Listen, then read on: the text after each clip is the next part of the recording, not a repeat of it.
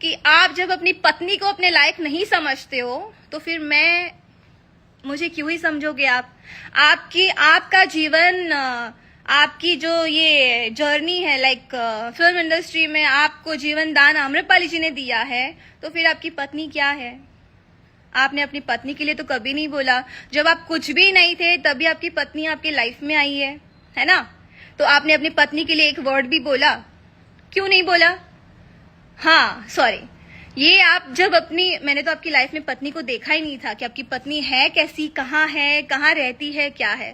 But अभी recently आपका एक पूजा करते हुए वीडियो आ गया, तो आपको 3 दिन में आपको इंटरव्यू देना पड़ा और बोलना पड़ा कि मैं अपनी पत्नी से प्यार नहीं करता, मैं तो फर्ज निभा रहा हूं।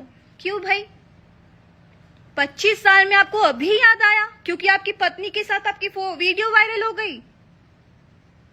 अरे बाप रे, अब इसके लिए मैं क्या ही बोलूं। जब आप अपनी पत्नी को लायक नहीं समझते हैं तो फिर इंडस्ट्री में आप किसी को लायक समझेंगे क्यों। आप एक नेता हैं, आप जुबली स्टार है, लेकिन आप इंसान एकदम खोखले है। फिर जो आपका नेचर है ना, एकदम खोखला है। आपको क्या लगा कि ये लड़की कुछ बोलेगी नहीं, कुछ बोल नहीं रही है तो उसकी औकात दिखाओ। सीरियसली।